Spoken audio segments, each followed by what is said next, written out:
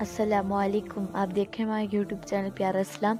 आज का मेरा मौजू है उस्ताद और शागिर्द। इस वीडियो में आपको हज़रत शेख शफीक बल्खी रहमतुल्लाह अलैह का एक दिलचस्प वाक़या सुनाऊंगी। पूरा वाक़या सुनने के लिए इस वीडियो को आखिर तक ज़रूर देखें।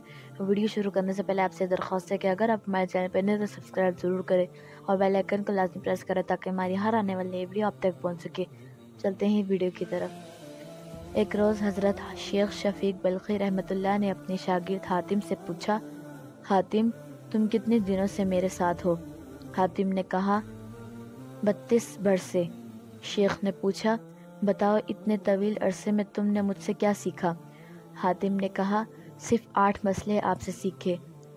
शेख ने कहा, इन्नल्लाह व इन्ना इलैहि राजिऊन, मेरे औकात तेरे ऊपर ज़ाया चले गए, तूने सिर्फ 8 मसले सीखे। हातिम ने कहा, उस्ताद मोहतरम, ज़्यादा नहीं सीख सका और झूठ भी नहीं बोल सकता। शेख ने पूछा, अच्छा बताओ क्या सीखा? हातिम ने कहा, पहली बात, मैंने मखलूक को देखा तो मालूम हुआ हर एक का महबूब होता है कब्र में जाने तक। जब बंदा कब्र में पहुंच जाता है तो अपने महबूब से जुदा हो जाता है। इसलिए मैंने अपना महबूब नेकियों को बना लिया कि जब मैं कब्र में जाऊंगा तो ये मेरा महबूब मेरे साथ कब्र में रहेगा। लोगों को देखा कि किसी के पास कीमती चीज़ है तो उसे संभाल कर रखता है और उसकी हिफाजत करता है। फिर फरमान इलाही पढ़ा, जो कुछ तुम्हारे पास है वो खर्च हो जाने वाला है और जो कुछ अल्लाह के पास है वही बाकी रहने वाला है।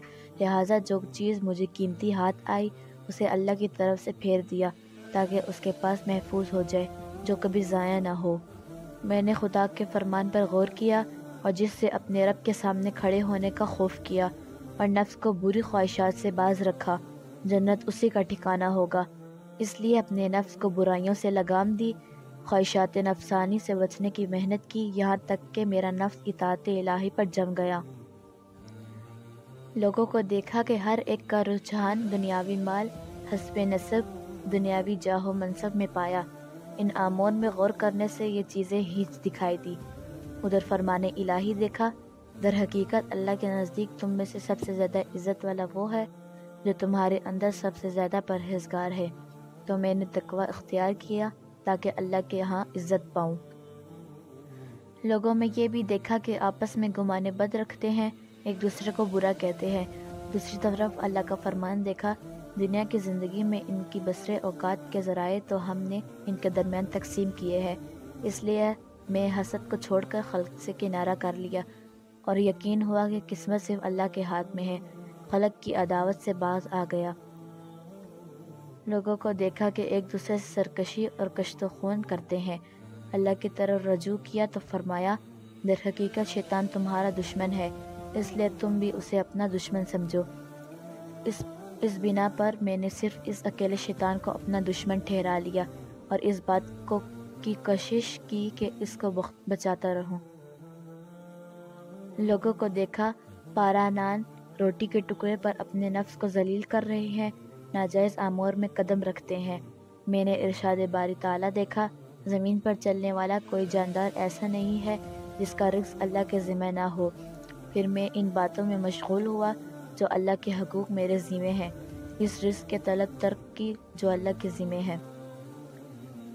मैंने खल्क को देखा, हर एक किसी आर्जी चीज़ पर भरोसा करता है।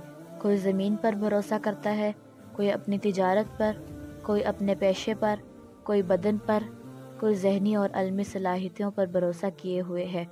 मैंने खुदा की तरफ रजू किया, ये इरशाद देखा, जो अल्लाह पर भरोसा करे उसके लिए वो काफ़ी है।